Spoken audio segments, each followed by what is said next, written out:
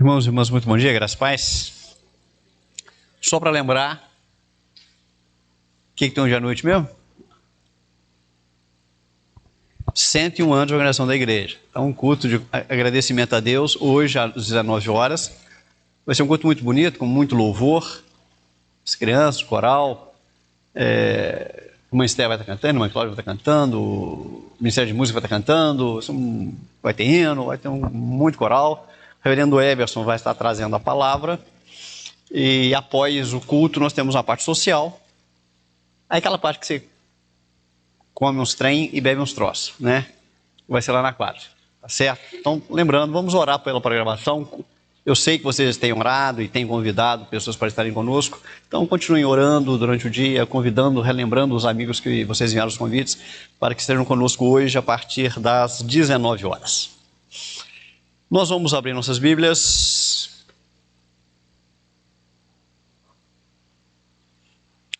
Segunda de Pedro, capítulo 2.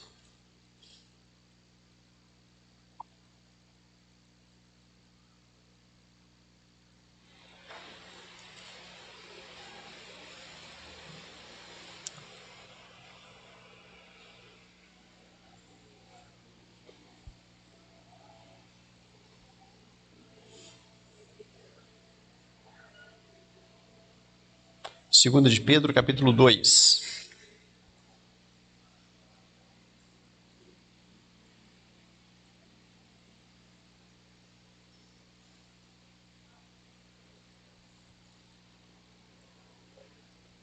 Nós leremos no texto sagrado, a partir do verso 4.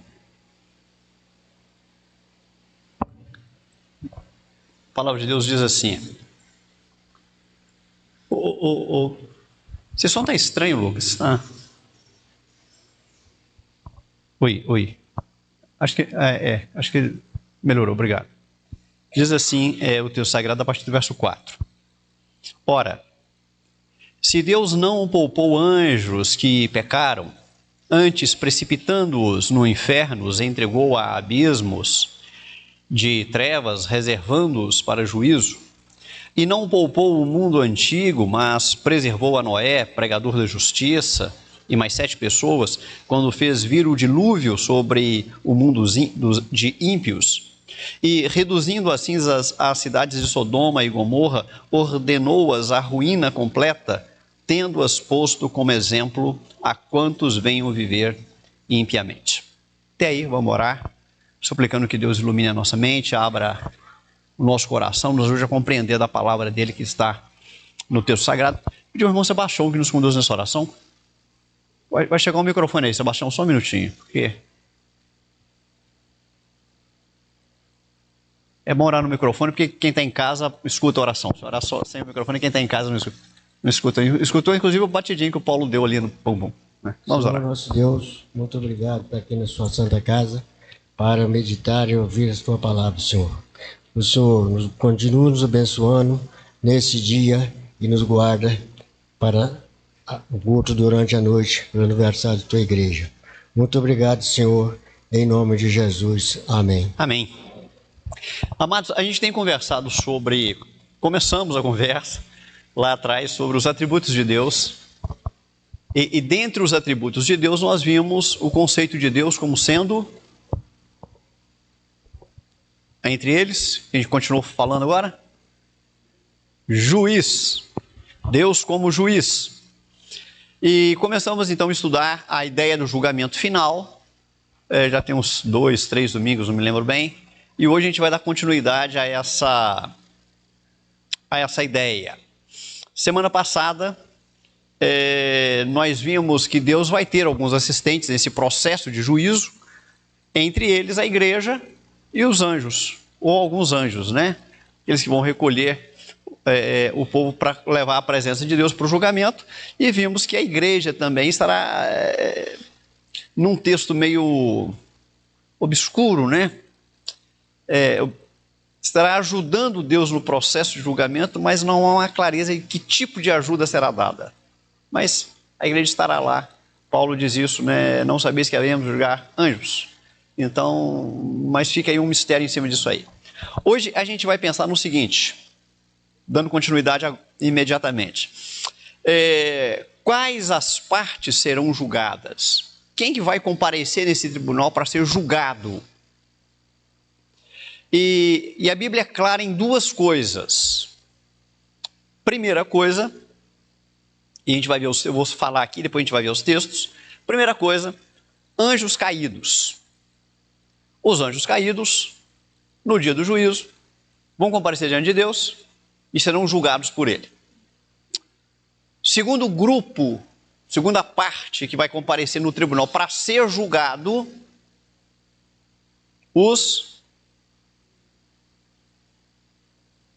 quem? Os seres humanos. Seres humanos. Aí a dona Maura falou a igreja ali, é interessante que a dona Maura falou, porque há uma ideia de que somente a igreja será julgada. Assim como há uma ideia de que a igreja não será julgada de jeito nenhum. Tá? Aí a gente está teologando fora da fé reformada. Mas a gente vai ver isso com calma, ok? Então vamos pegar a Bíblia na mão, vamos começar a ler uns textos aí para a gente se localizar naquilo que a gente está falando. Raquel faz muito bem estar com a caneta na mão, porque vai marcando, escrevendo. Quando precisar, já está aqui, ó. Isso mesmo. Mateus capítulo 8. Ou citar um monte de texto aqui, cada um abre num. Aí facilita, agiliza o nosso tempo. Mateus 8, 1 Coríntios 6, 2 de Pedro 2, Judas. 1, 2, 3, 4, 5 textos. Mateus 8, o Paulo, sem dar aquele tocadinho na ponta do microfone, vai levar o microfone para a pessoa ler. Mateus 8, 1 Coríntios 6, 2 Pedro 2, Judas. Quem achou Mateus 8? O Paulo, está mais perto aí o presbítero Esther. Aqui eu pulo para o outro. Verso 29.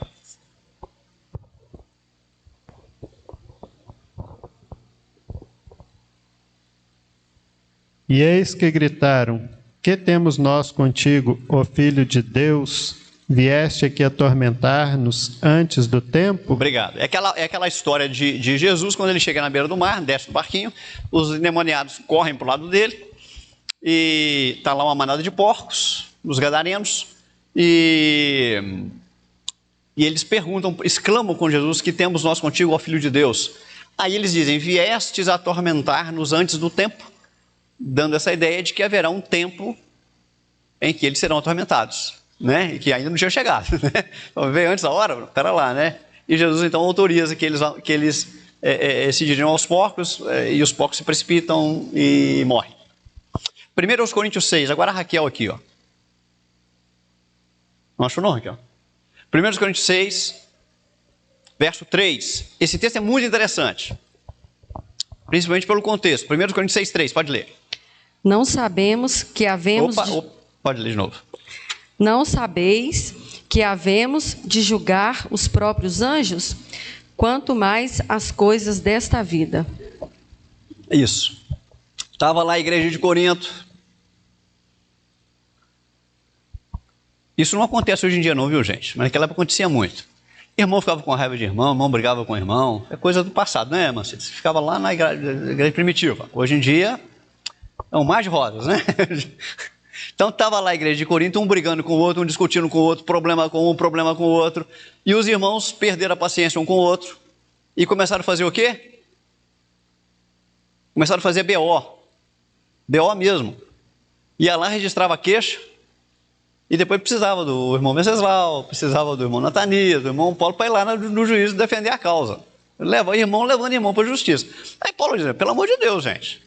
Mais tarde ele vai dizer assim: só existir confusão entre vocês é uma vergonha completa. Vocês não têm capacidade para resolver os problemas, não. Vocês não sabem. Como é que é o texto aí? Vocês não sabem que nós haveremos de jogar anjos? E vocês não sabem resolver o problema aí no meio de vocês? Pelo amor de Deus. Tá? Só para sintonizar. Mas a ideia do texto é a ideia do julgamento, né? Julgar anjos. Pedro, nós já lemos, 2 de Pedro. Quem achou 2 de Pedro? Só o versículo 4 agora, 2:4. Diácono Elias.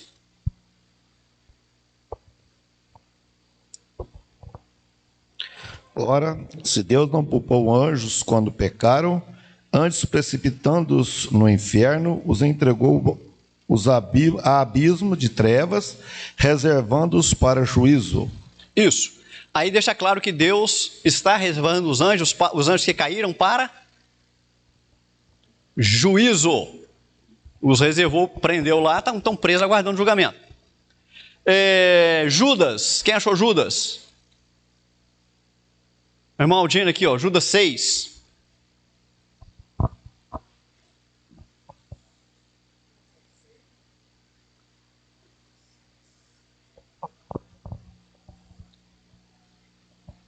E os anjos, os que não guardaram o seu estado original, mas abandonaram o seu próprio domicílio. Ele tem guardado sob trevas em algemas eternas para o juízo do grande dia. Isso, aí, obrigado, irmão Aldino. Aí o texto determina uma coisa, especifica uma coisa interessante. Esses anjos que caíram estão presos, aguardando o juízo do grande dia. Tá? Então, há um dia, e nós já conversamos sobre isso, há um dia determinado por Deus. Não entendam um dia de 24 horas, né? Há um dia determinado por Deus em que haverá esse julgamento. Então, os anjos caídos vão comparecer diante do tribunal de Deus para serem julgados. Ok? Então, é uma das partes que serão julgadas. Os anjos caídos. A outra parte que será julgada, seres humanos. Os seres humanos. Vamos para a Bíblia de novo. Começa lá no livro dos Salmos. Salmo 50. Salmo 50. Eclesiastes 12. Mateus 12. Mateus 25. É um monte de texto. Romanos 14.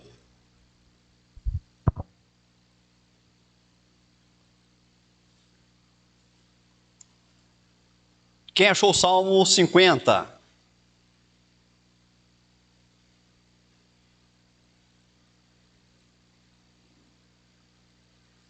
Dona Maura.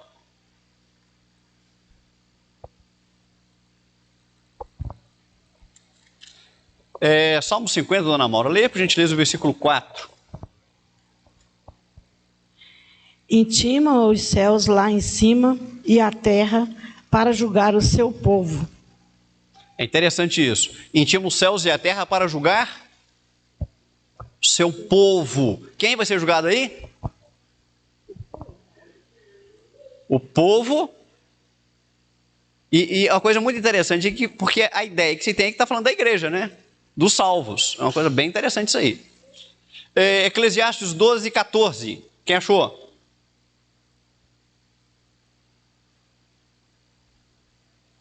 Ixi. Ninguém achou Eclesiastes? Ali, Diácono Elias.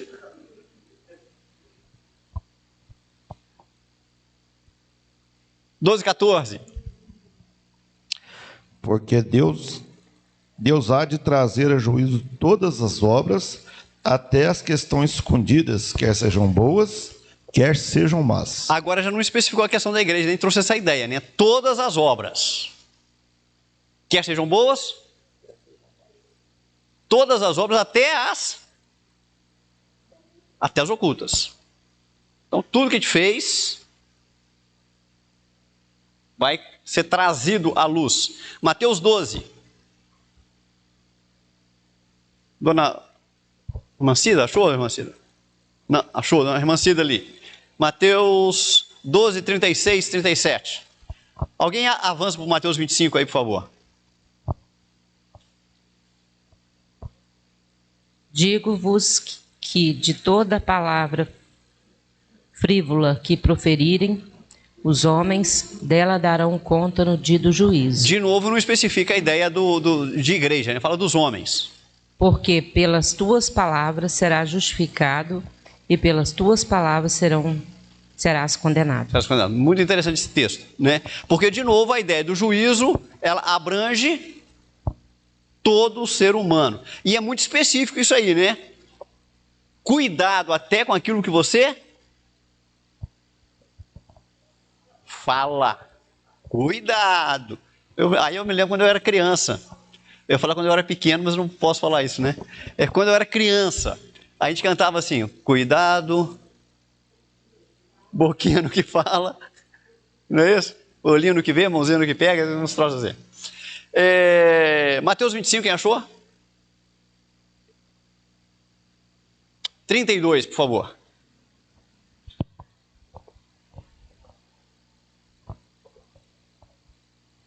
E todas as nações serão reunidas em sua presença, e ele separará uns dos outros, como o pastor separa dos cabritos as ovelhas. Obrigado. Olha bem, então, todo mundo diante de Deus, e ali haverá uma separação. Eu fico pensando nesse dia, eu falei Mateus 25, não falei? Mateus 25, 32, quem achou? Foi isso que ela leu? Romanos 14. Irmã Aldina de novo aqui. Irmã Aldina 14, 10.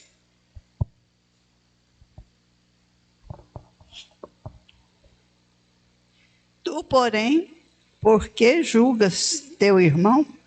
E tu, por que despreza o teu? Pois todos compareceremos perante o tribunal de Deus. É muito bonito esse texto aí por dois motivos, né? Primeiro, porque às vezes a gente tem a mania de ficar julgando os outros, condenando, apontando o dedo, papapá, esse tipo de coisa. Crente não faz isso, mas às vezes a gente dá uns escorregados, né? E Paulo lembra o seguinte, por que você está fazendo isso? Lembra do seguinte, você não é juiz. No dia do juízo, você vai comparecer para ser julgado. Então não é nossa missão julgar pessoas. Ok? Só para lembrar disso. E focar aí o que há no que nós estamos falando, que é a ideia do juízo, né? Todos vamos comparecer para o dia do juízo. Bom, então duas coisas ficam bem claras na Bíblia. Quais partes estarão ali para serem julgadas? Primeira parte, os anjos caídos. Os anjos caídos. Segunda parte, a humanidade. Bom, aí nós temos uma série de pensamentos sobre esse assunto. Por exemplo, os pelagianos vão dizer o seguinte, que... Vamos lembrar Pelágio primeiro? Ele discordava, ele foi considerado um herético, ele discordava, pela Igreja Reformada, né? Ele discordava da salvação pela graça. Então ele ensinou isso, como é que um indivíduo tem que fazer para ser salvo? E olha que a ideia dele, a gente ouve isso, acha estranho, mas é muito mais comum do que a gente pensa. Se você sair fora e perguntar para as pessoas como é que elas vão fazer para ir para o céu, o que é que elas têm que fazer para ir para o céu, o que elas vão te dizer para você, a maioria das pessoas? Tem que fazer por merecer. Pelágio. Fazer por onde? Né? Ele discordava da salvação pela graça, ele discordava da depravação total do homem. O que é a depravação total do homem? Isso é básico da nossa doutrina, gente. Oi? Temos a natureza decaída, nós pecamos, espiritualmente mortos, separados de Deus, só pela graça a gente vai ter vida. Tudo que o homem faz, se não tiver Deus, é pecado, ele não pode agradar a Deus. Ele discordava, o termo usado por ele seria arbítrio cativo. Arbítrio cativo. O que significa isso? Na nossa doutrina nós vamos chamar de livre gerenciamento, que é a mesma coisa que arbítrio cativo. O que é o arbítrio cativo? Ou o que é o livre gerenciamento? Oi? O que é o livre-arbítrio e o livre gerenciamento?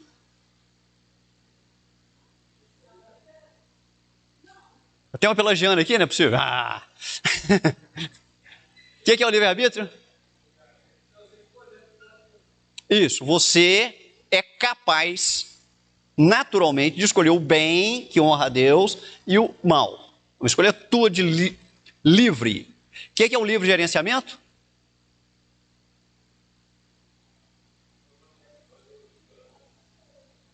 Você é capaz de escolher entre o bem, aquilo que agrada a Deus, e o mal, aquilo que desonra a Deus. Depois da sua salvação, não antes. Antes, você está cativo no pecado. E, portanto, você não pode e nem quer agradar a Deus. Ok? Então, mesmo depois de salvo, nós erramos, falhamos, temos o livre gerenciamento, fazemos as nossas escolhas, mas não é livre-arbítrio, é diferente do livre-arbítrio. Entenderam a diferença? Ou ficou confuso? Deu para entender? Deu para entender? Entendeu? Os dois estão falando de escolha, tá? Então eu tenho a capacidade de escolher servir a Deus depois que eu estou salvo. Antes eu não tenho. Certo? Bom, Pelágio discordava disso. Ele achava que o homem tinha um livre-arbítrio. Então ele discorda do arbítrio cativo. E ele discordava também que todos os seres humanos vão comparecer diante do tribunal de Deus. O que ele pensava? Que somente a igreja seria julgada. É uma ideia interessante. Somente a igreja. O mundo já está perdidão mesmo. Então quem vai comparecer diante do tribunal? A igreja. Só para julgar a questão dos galardões e pronto. Ideia de Pelágio. Nós discordamos desse troço, viu, gente? Nós discordamos disso.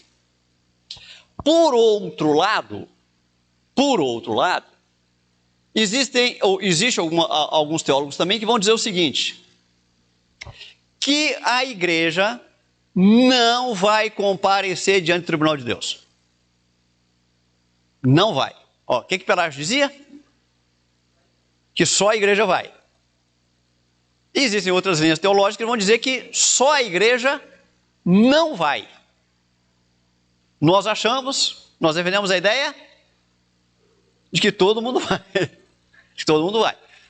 Os que dizem que a igreja não vai comparecer diante do tribunal de Deus, se firmam numa palavra de Jesus, lá no Evangelho de João.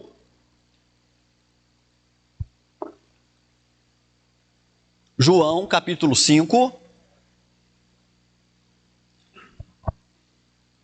Gente, eu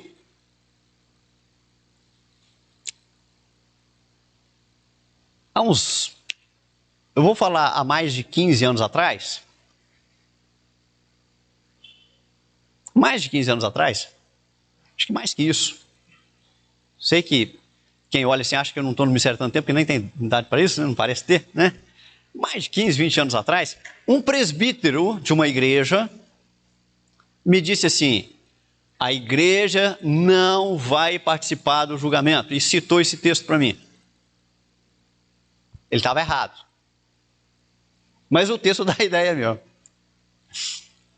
Por isso que eu falo para vocês o seguinte, como é que a gente interpreta a Bíblia? Com a própria Bíblia. Você não pode pegar um versículo solto e formular uma doutrina em cima. Isso é um perigo. Você tem que ter um contexto maior, né? Para você definir alguma coisa. Acharam João 5? Verso 24. Eu vou ler para vocês. Só eu que não achei. Estou conversando aqui. João 5, 24. Em verdade vos digo. Quando Jesus falava assim, em verdade, o que ele queria dizer com isso? Repetir a palavra 2 vezes verdade. Por quê? Porque não tem como mudar esse negócio. Isso é isso mesmo. Isso é absoluto. O que é absoluto? Cadê? O que é absoluto?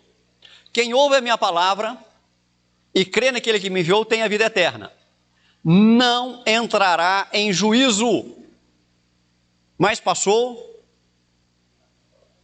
da morte para a vida. Aí o camarada lê esse texto, está claro aqui para mim que a igreja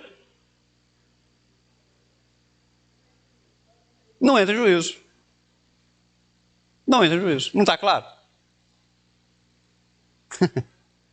Ou não está claro? Acontece que Jesus está falando de quê no texto?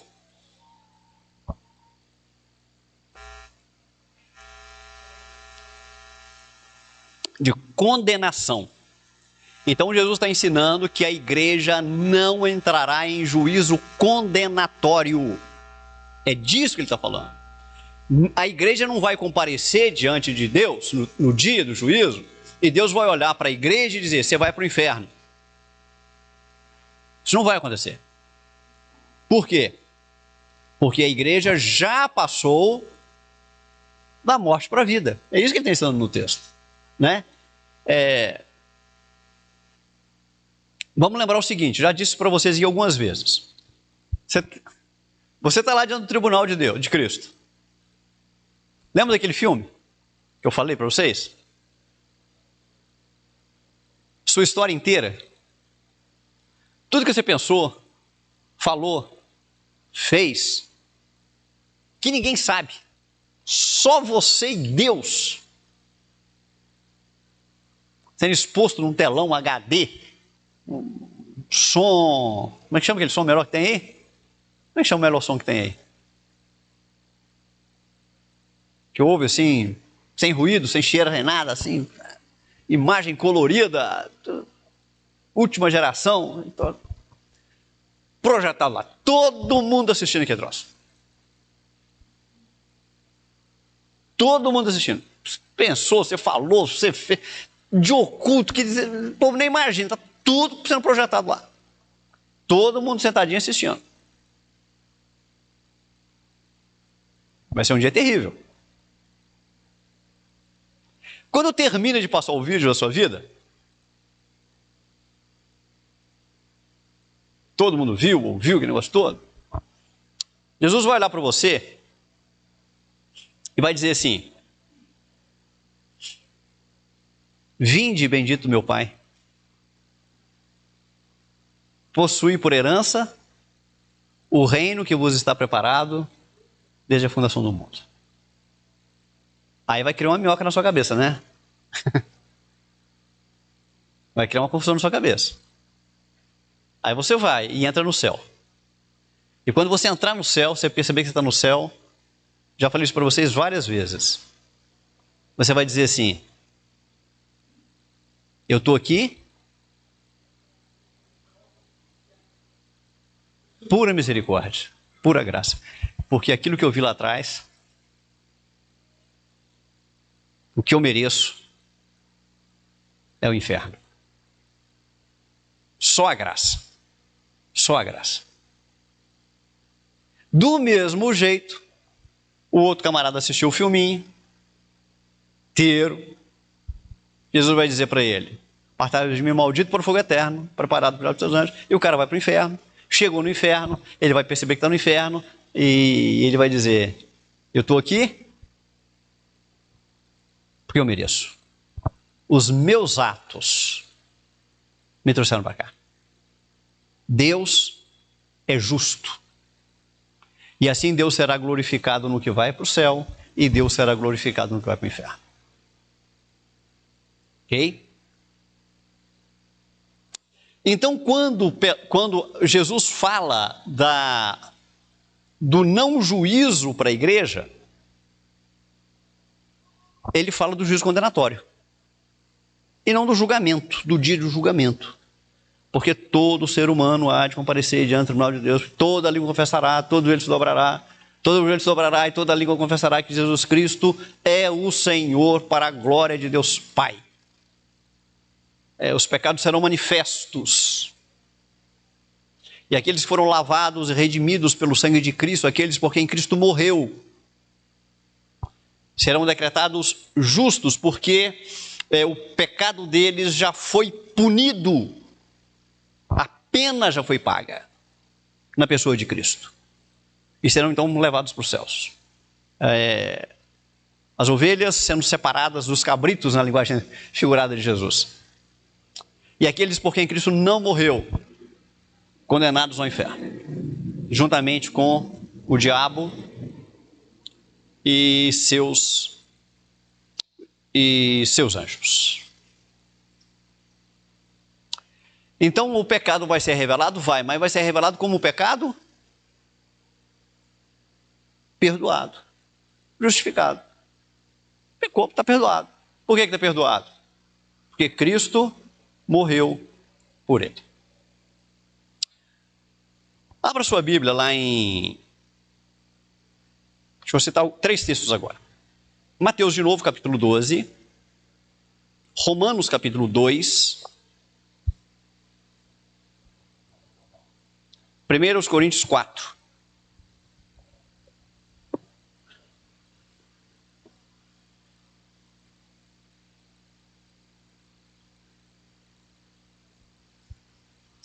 Uma pessoa observou a mim um dia desse, eu estava falando sobre isso. Pastor, mas aí vai ser complicado, até nós vai expor a gente desse jeito, vai ser complicado demais esse negócio. Alguém até me falou assim, pastor, se eu tiver fazido, onde foi meu português aqui, hein? Se eu tiver feito um troço errado, depois me arrependi, vai ser projeto. A ideia da projeção é só figurativa, né? Só estou ilustrando aqui, né? Mas vai ser revelado também, vai ser revelado, né? Notem isso. Quem abriu a Bíblia lá em... Qual o primeiro texto que eu pedi? Mateus 12, 36.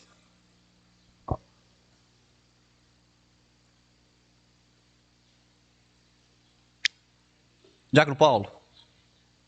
Não, Carlos, o presbítero Wellington.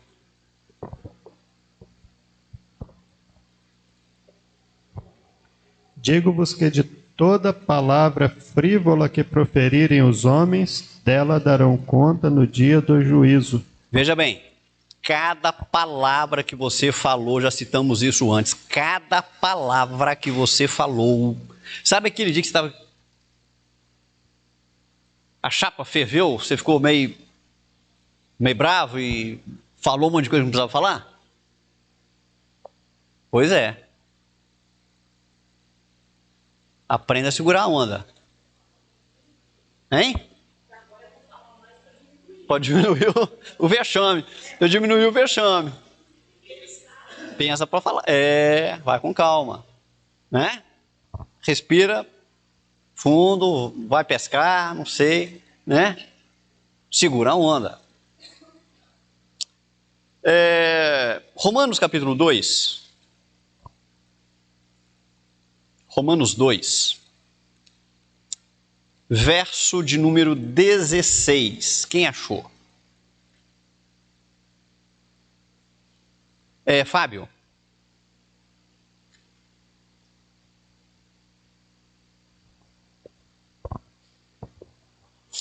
No dia em que Deus, por meio de Cristo Jesus, julgar o segredo dos homens de conformidade com o Evangelho.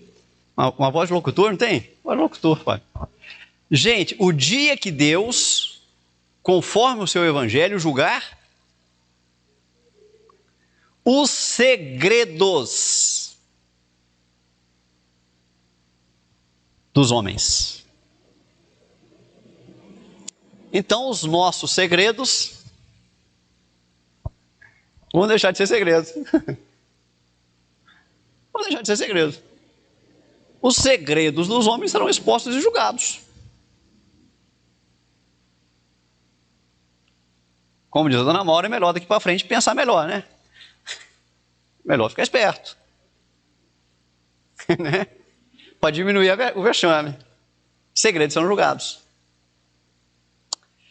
Um outro texto interessante. 1 Coríntios 4.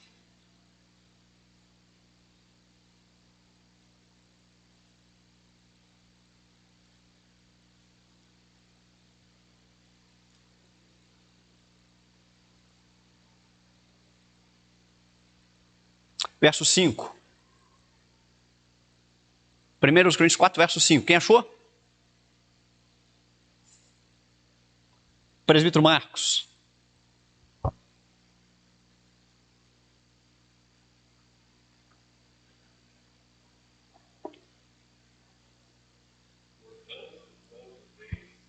Tempo até que venha o Senhor, o qual não somente trará à plena luz as coisas ocultas das trevas, mas também manifestará os desígnios dos corações, e então cada um receberá o seu louvor da parte de Deus. Gente, cada palavra, cada segredo, cada intenção do coração será trazida à luz. Trazer à luz é ser revelado, né? Ser mostrado. Vocês lembram que eu falei para vocês uma vez que eu posso dar um prato de comida para uma pessoa e honrar a Deus com isso? E eu posso dar um prato de comida para uma pessoa e estar pecando com isso? Lembra que eu falei isso? O camarada chega na sua porta lá, tô com fome, não sei o quê, vou arrumar um prato de comida para você. Eu preparo aquele prato de comida legal, dou para ele e posso estar pecando por isso. Ou posso fazer uma coisa boa por isso. O que vai diferenciar isso? Hein? A intenção. Se foi feito para a glória de Deus. A intenção. E agora Paulo está dizendo que naquele dia as nossas intenções serão manifestas e julgadas diante de Deus. E aí a gente entende um pouco melhor o que a Bíblia quer dizer com circuncidar o coração da gente, né? Cuidado com o seu coração. Cuidado com o coração.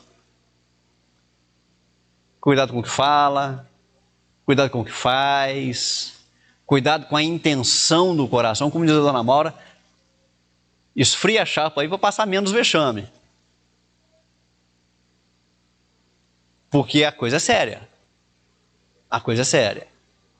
Eu tenho falado isso para vocês já há algum tempo. Evangelho é coisa séria. Evangelho é coisa séria. Não brinca com o evangelho, não. Não brinca com Deus, não. Evangelho é coisa séria. Uma outra coisa que eu tenho dito muito para vocês, hoje o presbítero Geraldo até me lembrou isso lá na congregação. Eu disse para vocês, olha, nós precisamos viver nesse mundo. Nós estamos no mundo, né? Tem que viver no mundo, não é, irmão? Estamos no mundo e viver no mundo. Mas com o olho, a irmã Vanilda até falou ali, com o olho na eternidade. Não se enrole, não se envolva, não fique olhando demais as coisas daqui não, porque esse troço, você pode se enveredar por caminhos complicados. Então a igreja, que a gente sabe, estamos aqui nesse mundo, como peregrinos que somos, caminhando para a nossa pátria, nos aguarda um julgamento.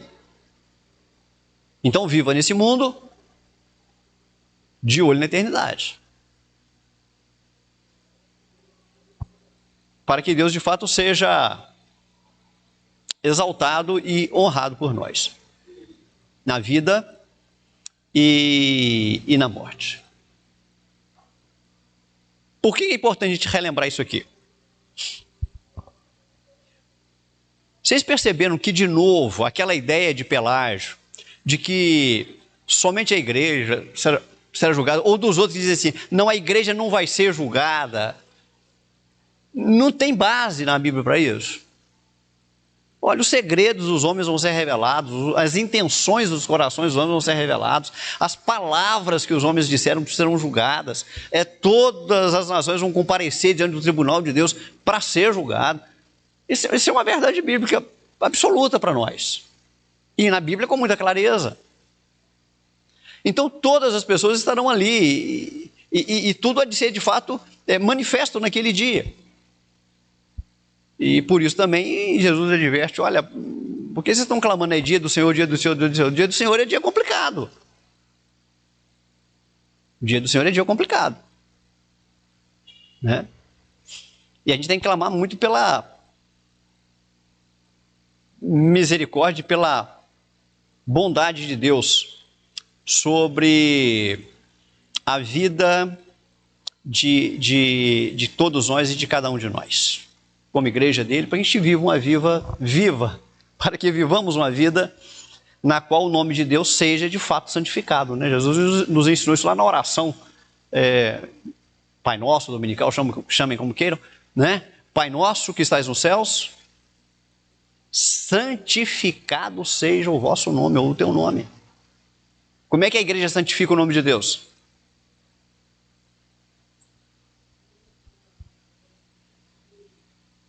Vivendo, como diz o apóstolo Paulo, uma vida digna do evangelho de Cristo. É assim que a igreja santifica. Levando o evangelho a sério, levando o compromisso com a obra de Deus a sério, entendendo que Deus precisa ocupar o primeiro espaço da nossa vida. Ele está acima, vivendo uma vida de obediência à palavra de Deus pela fé. Hoje eu estava ouvindo o pastor Hernandes falando sobre isso, muito interessante a palavra dele, né? A igreja obedece pela fé, a igreja não questiona, ele estava usando o texto de Abraão, né? Com sacrificando Isaac. A igreja obedece pela fé, tem coisas que a Bíblia diz, você sabe que a palavra de Deus, você vai fazer aquilo e pronto, vai questionar a Deus. Então a gente... É assim que a gente santifica a Deus, uma vida de submissão ao querer dele. É aquela ideia de eu pegar a minha cruz, e tem muita gente que confunde isso, acha que cruz é sofrimento, que cruz é problemas da vida, que cruz... Tem nada a ver com isso. Pegar a cruz é levar a sério aquilo que me separa de Deus e me cravar nela. Eu sou o meu problema, não é o que está acontecendo por aí. Sou eu que me crio o problema. É a maneira como eu lido com as coisas. É a maneira como eu reajo às coisas. É que é meu problema. Então eu tenho que pegar a minha cruz, eu tenho que me cravar nela, e é disso que Jesus está falando. Para quê? Como diz a dona Maura, para eu passar menos vexame naquele dia. Não é isso? Então essa é a vida que vai santificar o nome do nosso Deus no dia do juízo e na nossa vida aqui pela eternidade, essa postura que vai glorificar e que vai honrar o nome de Deus. Vamos ver de novo alguns textos, ainda quanto ao juízo. Mateus 13 e Mateus 25 são dois textos muito interessantes, porque é um sermão profético.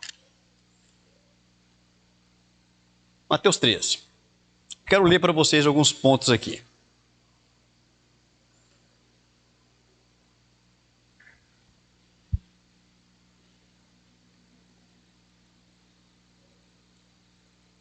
Acharam 13, Mateus? 13, primeiro verso que nós vamos ler.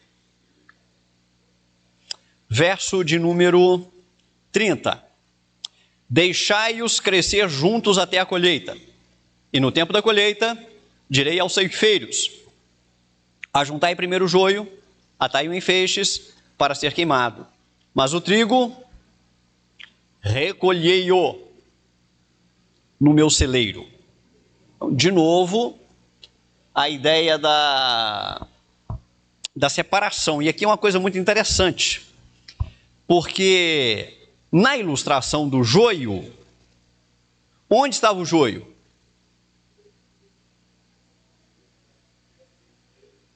No meio do trigo. No meio do trigo.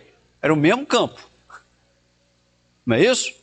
Aí vem lá os ceifeiros, no tempo certo, tiraram o joio, amarraram para queimar. Pegaram o trigo, guardaram no celeiro. E isso é uma figura muito interessante, gente. Porque isso mostra que a igreja visível, na sua totalidade, não é a igreja triunfante. Não é isso? A igreja visível, a igreja triunfante está contida na igreja visível. Não é isso? Para a gente pensar. E eu acho que é por isso que... Deixa eu ficar quieto aqui. Ficar quieto, às vezes é melhor. Cuidado com as palavras frívolas, né? Deixa eu ficar quieto. A gente tem que orar sobre isso, né? E pedir que Deus nos desperte como crentes de verdade, que Ele nos dê firmeza, que Ele trabalhe o coração daqueles crentes de verdade que estão, às vezes, caídos, tombados, e orar por nós mesmos, porque Paulo diz assim, aquele que está de pé, veja que não caia, porque se você está em pé, você pode cair. Quem não cai é quem está caído. Quem está caído, a probabilidade ou ficar ou levantar, está no meio a meio. Você que está em pé, cuida para não cair. Então ore pela sua vida, né? Oremos uns pelos outros e oremos por nós mesmos. E oremos por aqueles que caíram, para que Deus os erga segundo a misericórdia dele. Papel da igreja, né? Fazer isso. Verso 40, ainda em Mateus 13. Pois assim como o joio é colhido e lançado no fogo, assim será na consumação do século. Mandará o Filho do Homem os seus anjos, que ajuntarão no seu reino todos os escândalos e os que praticam iniquidade. Gente, que ajuntarão do seu reino todos os escândalos e todos os que praticam iniquidade, e os lançarão na fornalha acesa, e ali haverá choro e ranger de dentes. Então os justos resplandecerão como o sol no reino de seu Pai. Lindo isso. Quem tem ouvidos para ouvir, ouça. Fica atento.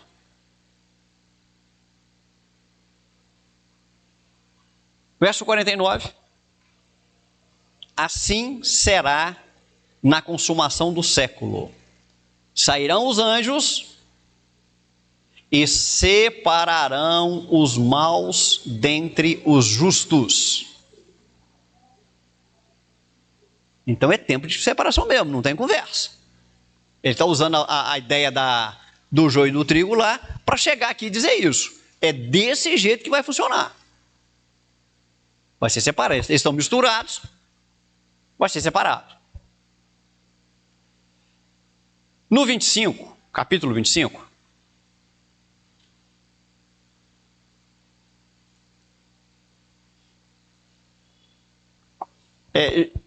Jesus faz um alerta nos versos 12 e 13.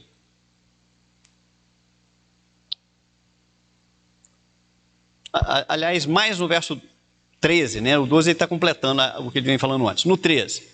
Vigiai, pois, porque não sabeis o dia nem a hora. Vigiai. Vocês não sabem o dia e vocês não sabem a hora.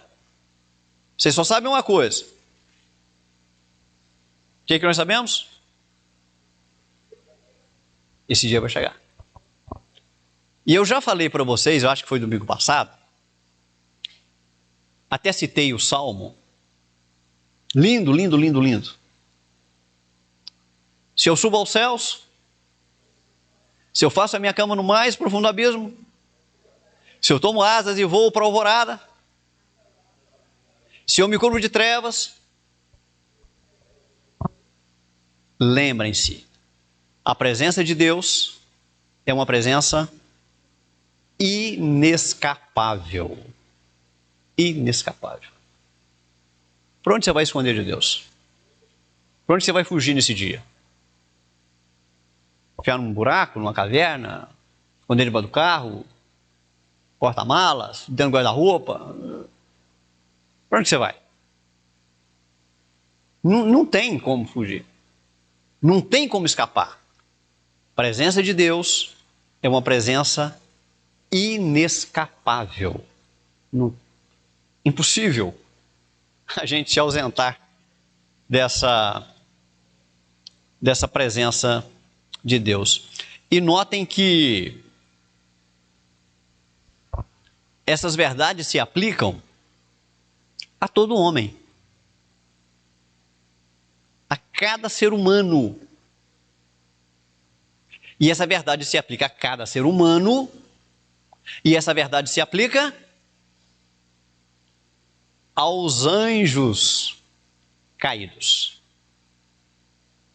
E os bons? E os que não caíram?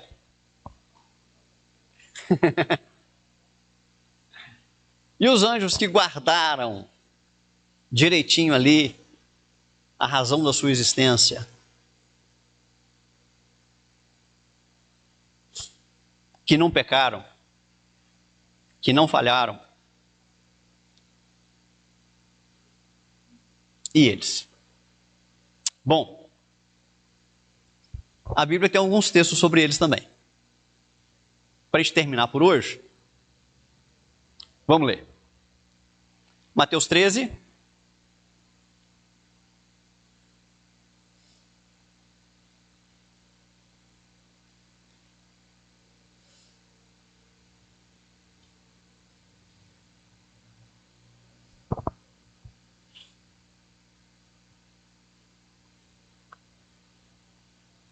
Nós já lemos esse texto, vou lê-lo de novo. Deixai-os crescer juntos até a colheita.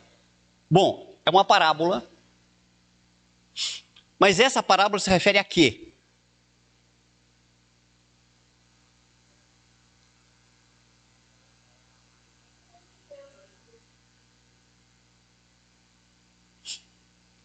Deixa eu mudar a pergunta.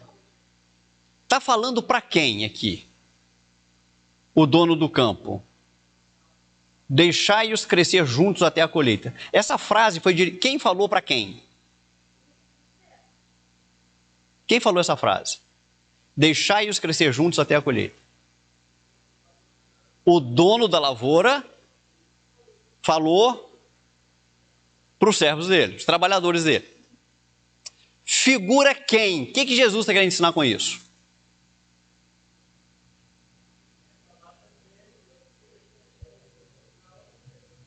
É a palavra de Deus para os anjos. Para os anjos que vêm fazer a colheita. Deixai-os crescer juntos até o dia da colheita.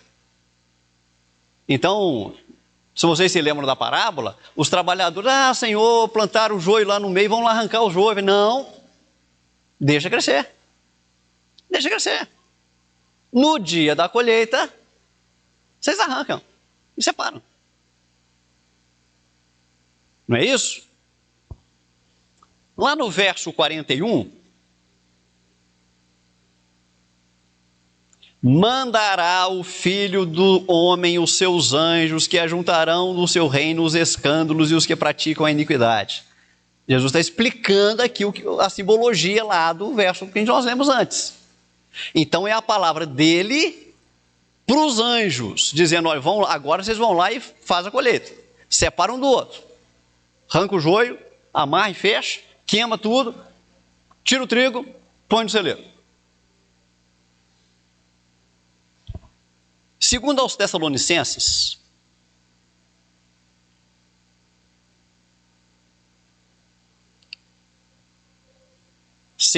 Tessalonicenses, capítulo 1,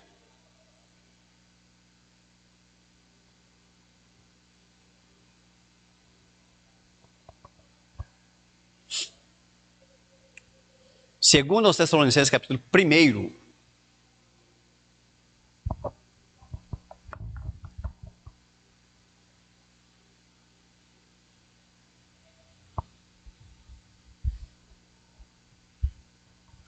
verso 7,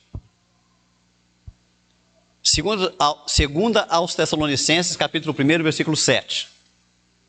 E a vós outros que sois atribulados, alívio juntamente conosco, quando do céu se manifestar o Senhor Jesus com os seus anjos, ou com os anjos do seu poder, em chama de fogo, tomando vingança contra os que não conhecem a Deus e contra os que não obedecem o evangelho de nosso Senhor Jesus Cristo. O que os anjos estavam fazendo nos dois textos? No primeiro texto, o que os anjos fizeram?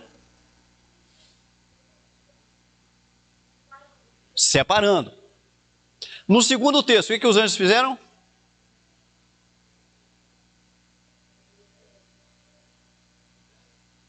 Vingança. Deus apenas justiça. Então, as únicas referências que nós temos em relação aos anjos bons para o dia do juízo são estas referências. Ok? São essas referências. O que eles estão fazendo no dia do juízo? Auxiliando Deus, juntando as pessoas, trazendo vingança de Deus sobre aqueles que não conhecem a Deus e conduzindo aqueles que servem a Deus para os céus de Deus. Se vão ser julgados ou não vão ser julgados, a Bíblia não fala. Há uma incerteza sobre isso. E se há incerteza, boquinha calada. É com Deus. Né? Ficar quietinho para não falar, porque não precisa, para sobrar para mim mais ainda, né? Além do que... Então, mas as únicas referências com relação aos anjos bons, aos que não caíram, é essa, a missão deles de ajuntar a igreja e levá-los para o dia do juízo e conduzi-la aos céus e os ímpios ao inferno. Ok?